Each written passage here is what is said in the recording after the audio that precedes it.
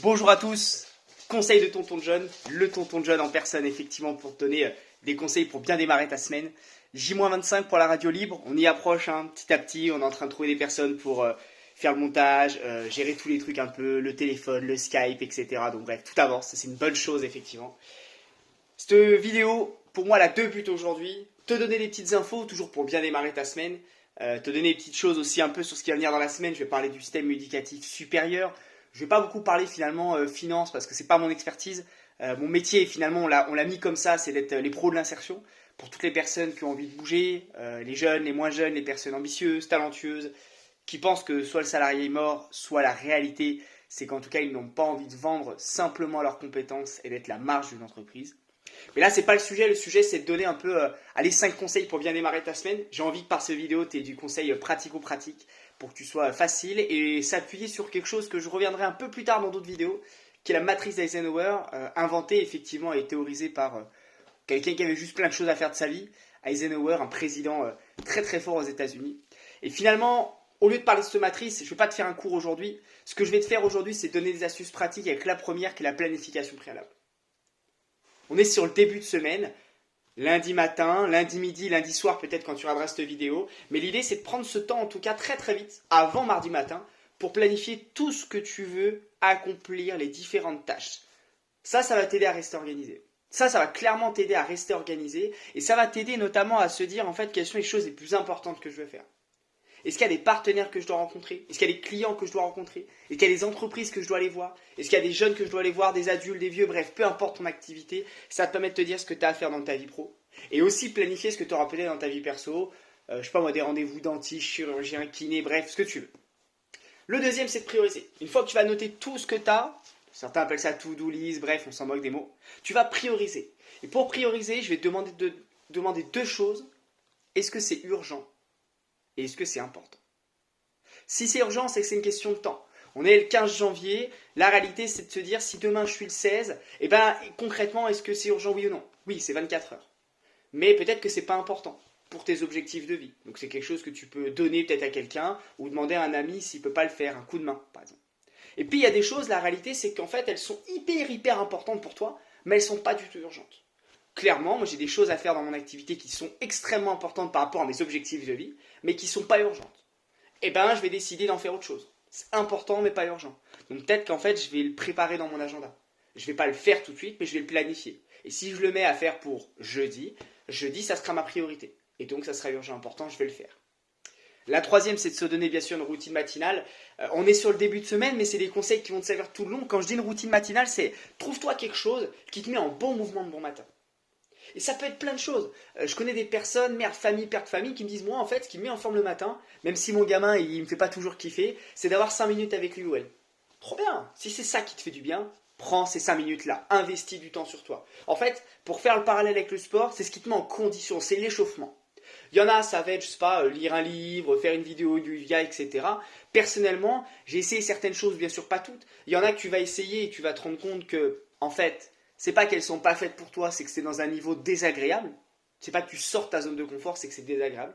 Et pour moi, une des choses qui me va bien, ça paraît très simple, hein, mais même si je vais prendre le temps le matin de planifier ce que j'ai à faire en début de semaine, c'est de prendre 5 minutes, 10 minutes et me faire un petit jeu sur le téléphone. Alors certains vont dire, ouais, tonton, t'es un peu jeune, t'es un peu vieux dans ta tête, bref, ce que tu veux. Je prends 5-10 minutes, parfois c'est dans le train, parfois c'est d'avant d'arriver à mon boulot 10 minutes justement, exprès en avance pour ça, et je me fais un petit jeu de cartes pelote, tarot, ce que tu veux, bref. Je commence ma semaine par une petite victoire et un petit jeu comme ça. Personnellement, c'est ce que j'ai trouvé depuis des années maintenant qui me met bien. C'est plus de 7 ans que j'ai cette habitude-là. Et c'est ce qui me permet très rapidement sur le début de semaine de mettre dans des bonnes conditions. Je vous dis, c'est l'échauffement du lundi matin. Il y en a, ça va être le petit croissant. Bref, peu importe. Prends-toi 2 secondes. Si tu suis cette vidéo, tu t'écris qu'est-ce qui me mettrait bien pour démarrer ma semaine. Et t'écris 3 choses. C'est bien de regarder des vidéos, mais c'est bien de faire aussi. Regarde et tu notes 3 choses. Et parmi ces 3, tu expérimentes. Et semaine prochaine, tu viens me dire effectivement ce qui a marché pour toi ou pas. Une des dernières choses, l'avant-dernière en tout cas, c'est l'équilibre vie pro-vie perso. Dans ta semaine, prévois du temps pour avoir une vie à côté. Quand je dis une vie à côté, c'est du temps pour faire l'activité physique. On parlera de l'importance de faire du sport, juste pour être bien dans ta tête à côté et de comprendre pourquoi en fait des tas de gens qui réussissent, je mets des guillemets réussissent, mais en tout cas arrivent à être plutôt bien dans leur vie, ont aussi une vie à côté. Même si à un moment donné, tu dois faire 50, 60, 70 heures dans la semaine, il y a toujours un petit moment avec une phase de plaisir à côté. L'équilibre entre travail et vie personnelle est extrêmement important pour maintenir une bonne énergie. Et puis la dernière, c'est d'avoir une flexibilité mentale. Pour bien gérer ta semaine, tu dois avoir une flexibilité mentale. Il y a des cours, la théorie, etc. Tu dois prévoir 5, 10, 15% de ta journée pour t'ajuster, etc. La réalité, c'est qu'en fait, planifie ta semaine, planifie tes journées et garde peut-être 10%, ça sera déjà pas mal. 10%, hein, allez, on la fait courte. Sur une journée, je sais pas, 7 heures, 8 heures, 10 heures. Allez, imaginons sur une journée de 10 heures, c'est rapide, tu prévois une heure. 10 heures réveillé, c'est le minimum. Donc du coup, tu prévois une heure où il n'y a pas vraiment de trucs surplanifiés. La plupart, effectivement, sont dans le fait qu'ils planifient rien. Donc déjà, tu seras content de te dire il faut que j'ai de la flexibilité mentale. Il y en a qui sont flexibles tout le temps. Mais cette flexibilité, elle va t'aider à faire face aux petits défis, aux petits imprévus de manière constructive. En fait, tu ne te sentiras pas débordé. Et ça, c'est ce dernier conseil que je donne aux personnes qui veulent optimiser leur temps. Souvent, par expérience, quand les gens ne savent pas du tout gérer leur temps, bah, tu vas commencer à l'améliorer. Et ça va être trop bien, tu vas être content. Tu vas continuer à l'améliorer. Et après, tu vas devenir une machine de guerre, un robot en fait. Tu vas faire. Mais retiens ici une chose, c'est que si tu n'as aucun imprévu dans ta journée, en fait c'est bizarre. Donc garde cette petite flexibilité là. Tant mieux si au final il n'y a rien qui se rajoute, ça te laissera une heure pour faire tes tâches les plus importantes, ou peut-être même t'avancer sur des tâches que tu avais prévues pour le lendemain. Mais garde toujours cette petite heure là parce que ça t'évitera toi-même de te mettre dans des situations hors contrôle, imprévues, mal à l'aise, etc. Ça te permettra de garder un peu cet équilibre pour éviter de te faire manger sur ta vie perso. D'accord? Ça, c'est pour tous les gens que je vois un petit peu en entretien, en conseil, en coaching, qui me disent, mais en fait, moi, je devais finir à 18. En fait, tous les soirs, je finis à 19 parce que c'est ça qui s'est rajouté. Non, non. Pour moi, si tu as dit à ton entourage que tu finissais à 18h ou 18h30, hormis si tu es urgentiste, bien sûr, ou chirurgien en hôpital, bah, la réalité, c'est que tu as déjà une heure prévue dans ta journée pour au cas où gérer l'imprévu. Et ça, c'est des petites choses qu'on va continuer à parler pour se donner du cadre. Le repère, certains m'ont parlé d'appeler cette chaîne le repère. Peut-être qu'on modifiera, mais ça dépendra.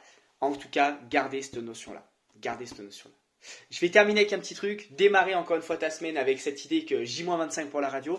Si tu veux plus de conseils, coaching, petites astuces, pas de tutos, mais des conseils, des astuces pratico-pratiques de la vie, n'hésite pas à t'abonner sur cette chaîne. Tu peux cliquer sur le lien que tu vas voir là. Je vais toujours continuer à partager des conseils réguliers. N'hésite pas à m'envoyer aussi du coup un peu ce que tu as envie, ce que tu as besoin. Je vais parler prochainement de conseils nutrition très courts, des petites choses pratico-pratiques, encore une fois de la vie de tous les jours, des petits conseils pour de la gestion de budget. Encore une fois, je ne parle pas de la finance du trading, mais plutôt des petits conseils comme ça. Je vous ai dit dans la semaine, on va parler aussi du système éducatif supérieur. On va pas le faire exploser, mais on va dévoiler des vérités. On va être caché précis, ok. Et puis pour la suite, on va avancer avec d'autres choses, des interviews aussi qui vont avancer. Je suis en train de les faire pour pouvoir après les monter, les faire monter et puis les diffuser petit à petit. Et gardez en tête qu'il faut rester déterminé. Je vais parler pour toutes ces personnes qui veulent se bouger, on est là. Et gardez effectivement pas mal de citations en tête, pas mal de motivation. On avance très très vite, très fort. Et on se dit à bientôt la famille. Ciao.